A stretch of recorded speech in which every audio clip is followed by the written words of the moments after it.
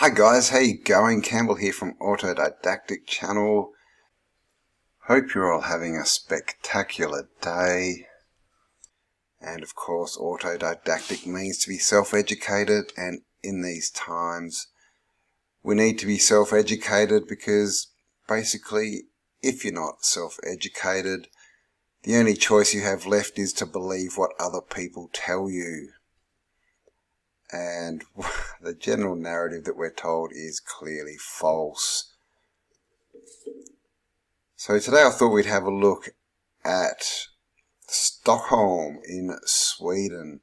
And this is a picture of Stockholm in Sweden in front of us. This is from the 1500s, 1560, 60 to 70 they say. And as you can see, it's quite built out. We'll get into that in a minute. Alright, and before we jump into this, I just want to say thank you again for all the support for my new Patreons, and also people who've been buying the merch, and of course everyone else who's been sharing, liking and commenting. And as you may know, I have been demonetized for the next month, so any sort of controversial type videos will be up on Bitchute, but I'll let you know about them. And also, if you are in a position to help to buy out some merch and to get the word out that it's time to be self-educated and his story is not our story, then check out the links below to my merchandise, where I've got t-shirts, hoodies, caps, all that kind of stuff. Alright, so Stockholm, just the history of Stockholm is pretty, it's just the basic rundown of what we get. It's not really anything that stands out. It all starts in the Ice Age and, all this stuff that never existed, Stone Age people. So it says the earliest written mentions of Stockholm are 1252, by which time the mines of Bergstegen made an important site to the iron trade, and the first part of the name stock means log in Swedish, so there you go, although it may be also connected to an old German word meaning fortification, because they love to tell us that everything's about forts. But basically it just says that that was the first mention of it. According to the Erik Chronicles, the city is said to have been founded by Birger Jarl to protect Sweden from sea invasions made by Karelians after the pillage of Sigtuna on Lake Mälaren in the summer of 1187. And basically it just says that Stockholm grew up, became a trading nation, and then was invaded many times, wars, massacres, etc. The same old story. Then it, because of its strategic location, became a centre for trade and basically grew up, and the 17th century saw Sweden grow into a major European power, reflected in the development of the city of Stockholm. From 1610 to 1680, the population multiplied sixfold. In 1634, Stockholm became the official capital of the Swedish Empire. Trading rules were also created that gave Stockholm an essential monopoly over trade between foreign merchants and other Swedish and Scandinavian territories. In 1697, the castle Tre Krona burned and was replaced by Stockholm Palace. So more of those burning castles. Burn it.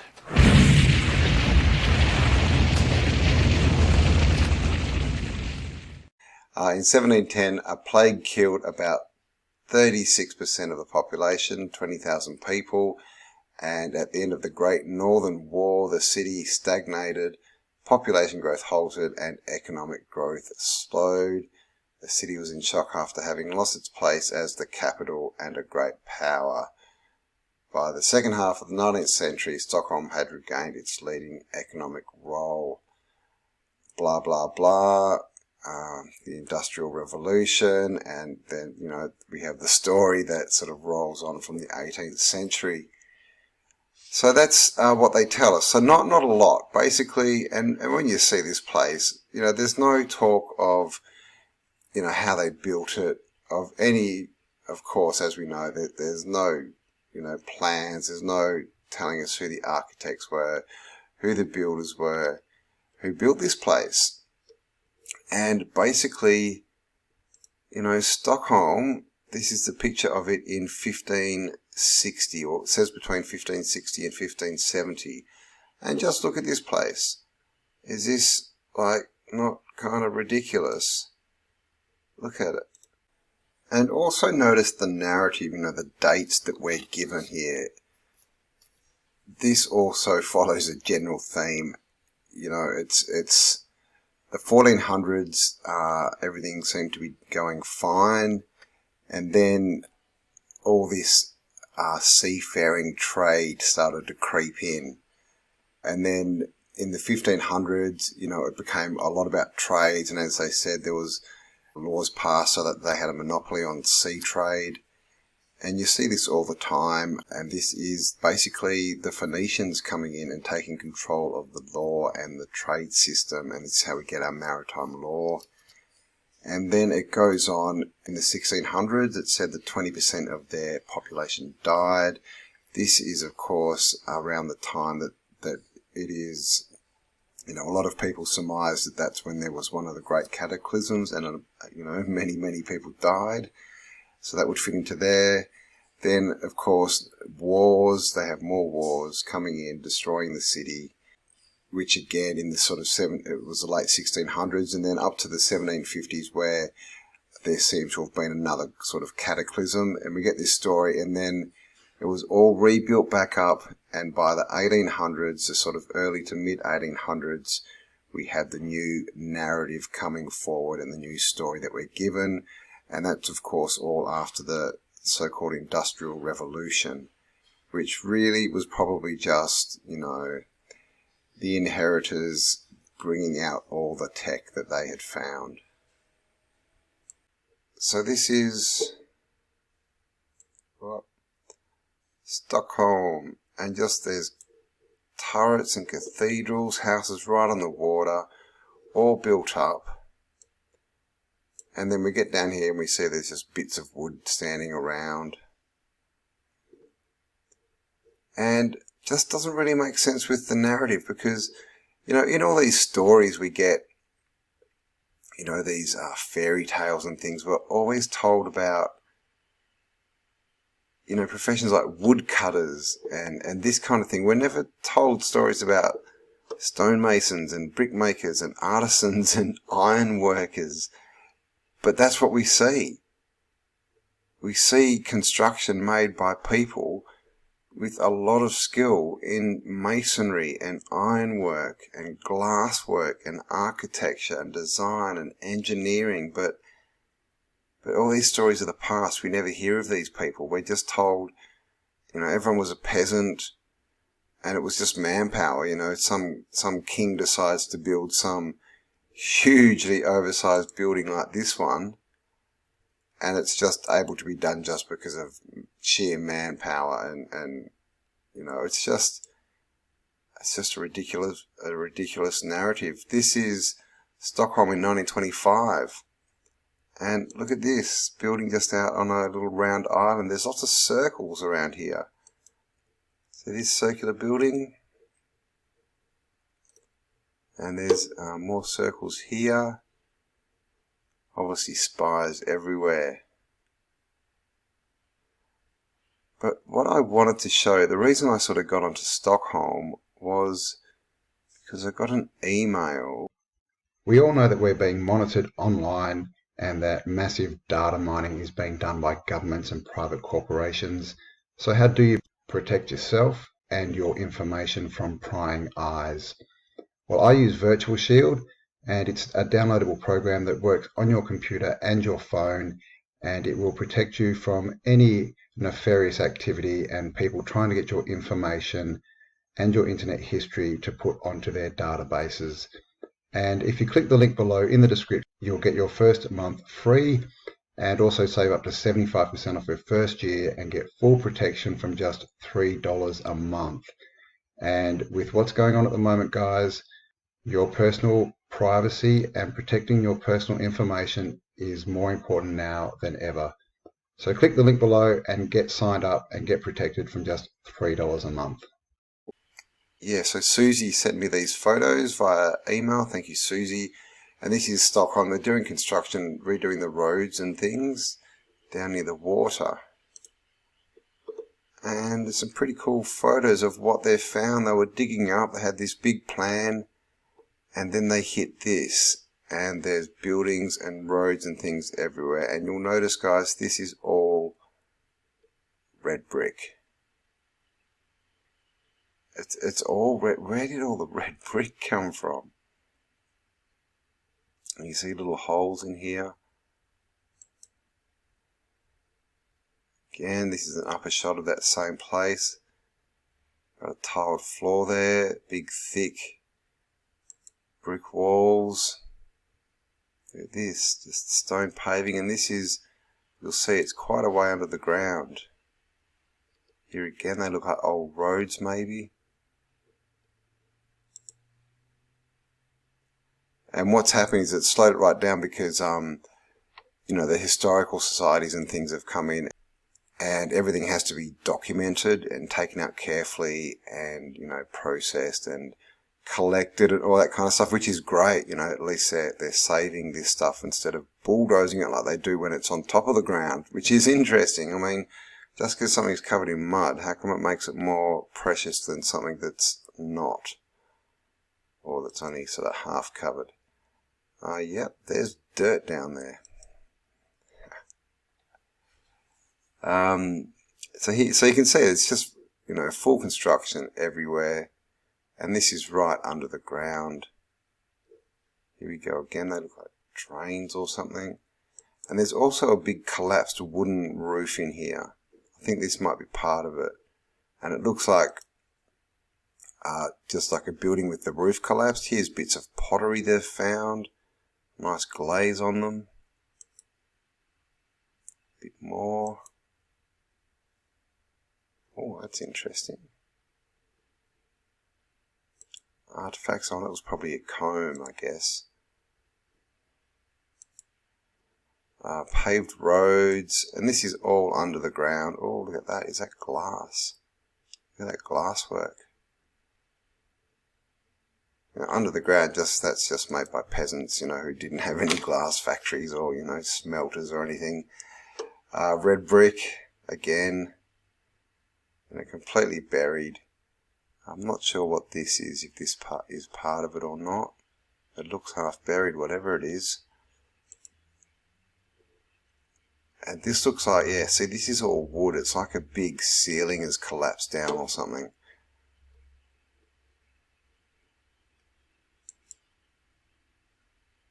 And this is, and it's like, we know, you know, history, why is it all buried? Here it is again. It's just big wooden roof. This almost looks like a doorway or something. I'm not sure what that is. But yeah, why is history always buried under our feet? And we're talking stuff from not that long ago.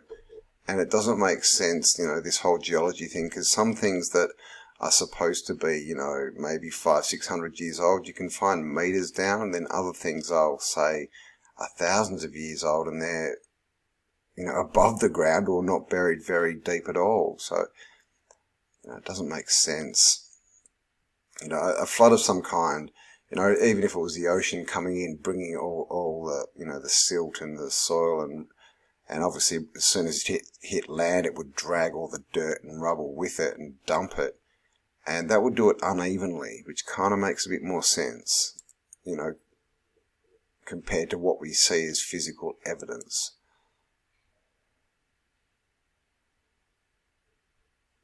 Here they all are doing the nice excavation. So this, yeah, all under the ground in Stockholm. Here we go again. We've got some nice walls. Red brick. You can see this looks like an arch that's been filled in at some point, which is interesting if it's under the ground that it's been, you know, because that look as well there, that looks like it's different construction to this wall bit. And here we go. You can see sort of how deep it is here now with some workmen. That's clearly, you know, a full level. These stairs also, I don't know, do they look kind of large for this person? Not sure what these are. Columns that are buried, but, you know, complete, you know, construction. It's a big construction they've got here. And just covered in dirt and rubble. Like, it's rubble. It's not layered. It's not like dirt is built up. You know, if dirt builds up naturally, where are all the rocks coming from? You know, they're not formed. Here it is again. And just big structures under the ground, and we see this everywhere. All red brick.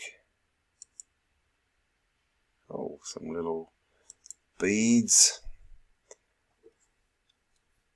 So history is obviously not what we've been told, because as soon as they start digging, they find this. And it's interesting that, you know, the governments themselves don't even know this is down there. This is how hidden this history has been. Because the governments made all these plans, started digging, and then they find out under their own city there's a whole other city. I mean, how can they not know that? Alright, so as you can see, obviously it gets very cold up there, which is another thing. Like, how do they construct all these amazing cities and buildings and towns and everything with all the snow? You know, they can only work half the year, can't they? And then, I don't know, does it freeze up canals and stuff? I'm just, you know, because all this cold region, I mean, I don't know, are humans supposed to live in the snow? It just makes it so much harder. If you're in tropic, you know, well, you know, it's sort of tropical, semi-tropical areas, plants just grow so easily. You know, food's everywhere. It's easier to live. So I think the whole world was a bit warmer back then, and that would also,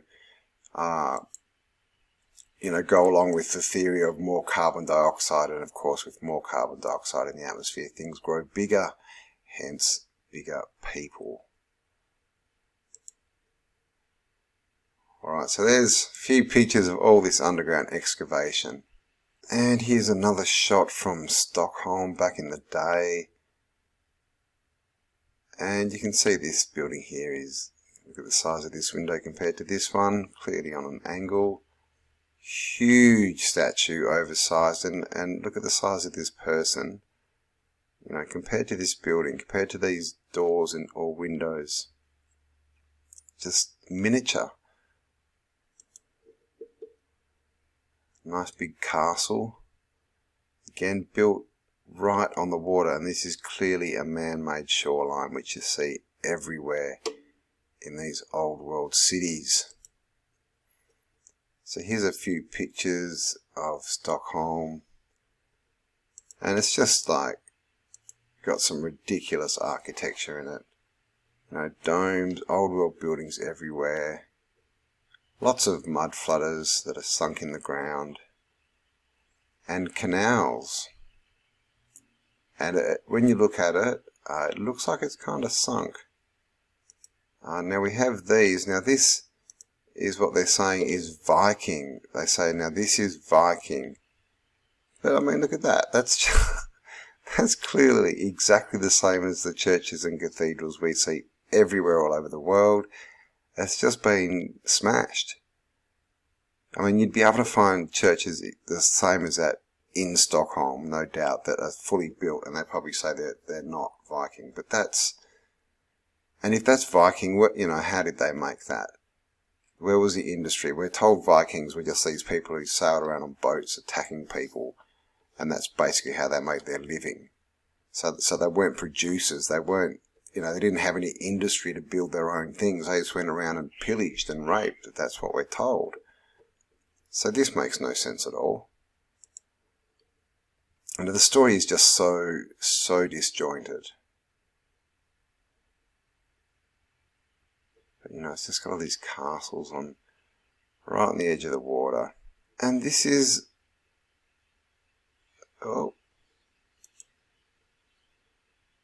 and this is Stockholm.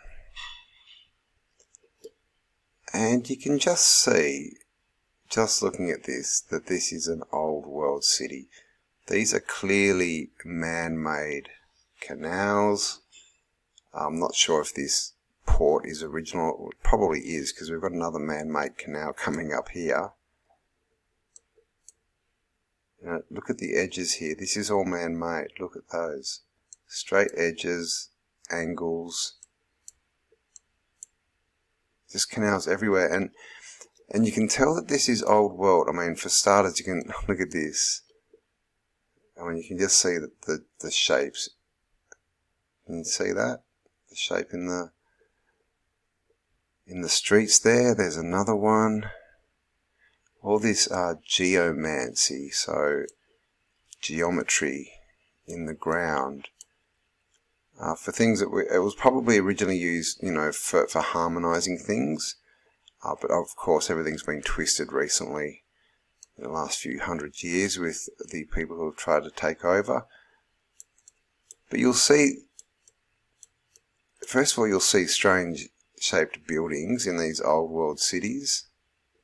See how these strange open buildings, they're not square, they're just all funny shapes. You see them all the time. You see these angled roads that are just for no apparent reason, just on these funny angles. This has mostly been rebuilt. You can see it's now in lots of lines. It looks like, I think they're building something there.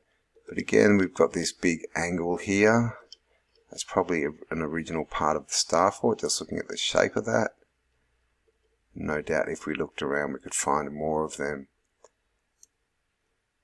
And as you can see, these stars, these are from Victor, the boogeyman. So there's this anomalous thing just sitting out here on an island.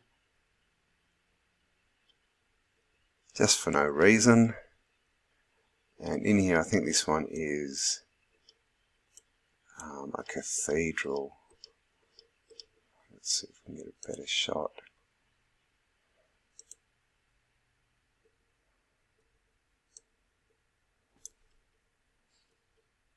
What's he showing us here? Probably just the angles of the streets and things. But I definitely did see a big cathedral in here as well. And cathedrals you'll find are they're in all old star cities. Always have cathedrals. But just look at these canals everywhere. So I'm just trying to see if I can see like the edges of the city, but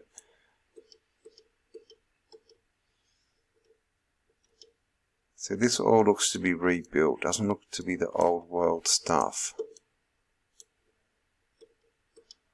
Then you get like this, man-made islands. For what reason? And what's this weird, all these weird lines and angles everywhere? I mean, just look at the geometry just here. Look at that. And what does that all mean? A very interesting city. And like I said, right up north. Is it in the Arctic Circle? I'm not sure. It's pretty north.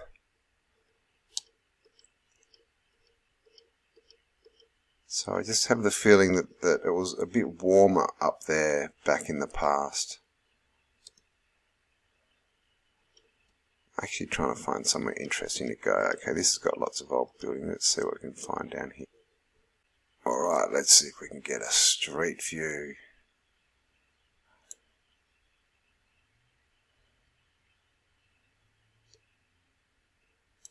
Alright.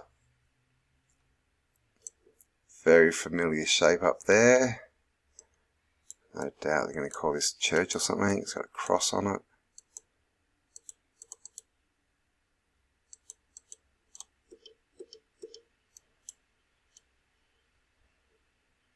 Look at all these spires everywhere.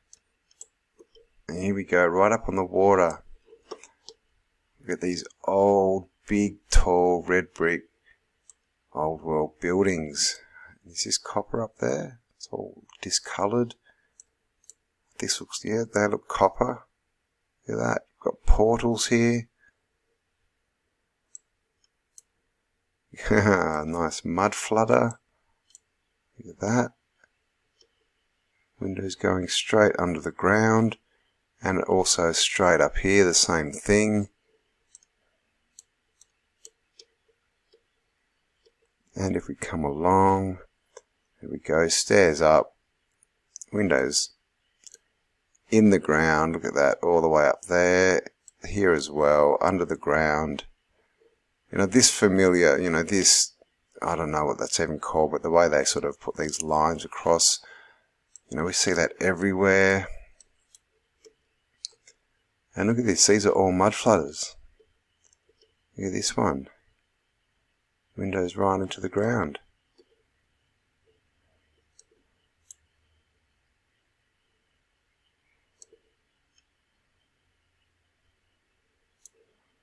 And this is right on the shoreline too. So how far down does it go? Because this must all be new construction on the side here. But clearly,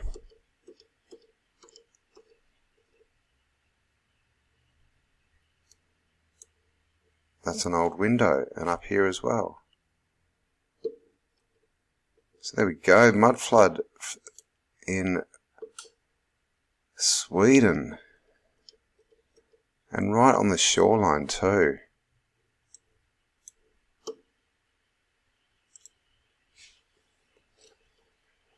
So, just wanted to show you just that it's an old world city up there in Stockholm, and there's lots under the ground, but lots above the ground. And as we see with this building, I have been mentioning it lately, that all these buildings are built up. It's not necessarily the best picture, but see how it's up off the ground? There's steps going up here to this level, but then at the back there's windows that are going back down in the ground. So this is clearly, you know, this mound is covering a part of this building, is what is going on. And we see this all over the place. And as I've showed you, under the ground, when you start digging, there's stuff everywhere. And this stuff was all around back in the 1500s, 1400s, when we're never told about, you know, these trades. You know, you think of all the fairy tales and all the things, all the stories we get that, you know, and they're called, you know, fairy tales. We get like the fairy castles, right? They all live in these castles and wear these clothes, and you see the, you know, the antiquitents and all that kind of stuff. But they're all woodcutters, all kings and queens, or, you know, peasants. There's no, you know, bricklayers. There's no window makers, glass makers, iron workers, copper workers, dome builders, antenna makers, you know, stair makers. There's none of that. But we get this. Look at that building. That's just... So this is the thing. History is just... It just doesn't make sense. It is a fairy story. I'll just have a look at this last picture. Look at this place. Look at that. That's hanging off the front. And again, another thing we see is so many of these buildings, they just look so old. And look at all these portals coming out of the roof. That looks like a copper roof because of the coloration.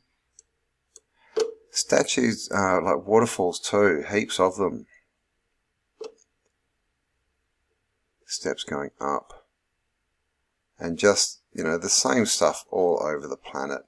And then it looks like, and we get this a lot too, these statues in these inlaid sort of, I don't know what they're even called, but that shape with that kind of half dome at the top, you see that inside, on the inside of cathedrals and things all the time as well. So what is it all? How much is still under the ground to be discovered? And if you do live in a place where there's cheap old buildings, abandoned buildings that you can get into or buy and start digging, then yeah, please do. I'd love to do that. I've been looking around. I'm looking at getting a van and doing some driving around the state and just seeing what is out there, because even in WA, out in the middle of nowhere, we get these buildings. And I plan on getting some good footage, talking to some people and seeing if I can actually get down into these lower floors. That's not a very good picture. But there we go. So I just finished, where were we? This one on Stockholm. So yeah, 1560 in Stockholm this one is. And just look at the size of this building. The Ars Regia. I'm not sure what that is. I did have a look for some of these cathedrals, but the names must have been changed. I couldn't really find anything that looked similar, or, that was the same building. But again, look at this, just right on the shoreline, built right up, 5-6 stories, completely built out, but wooden sailing ships. And something interesting Martin mentioned too is we seem to have gone from these wooden sailing ships to metal motored ships in about 50 years.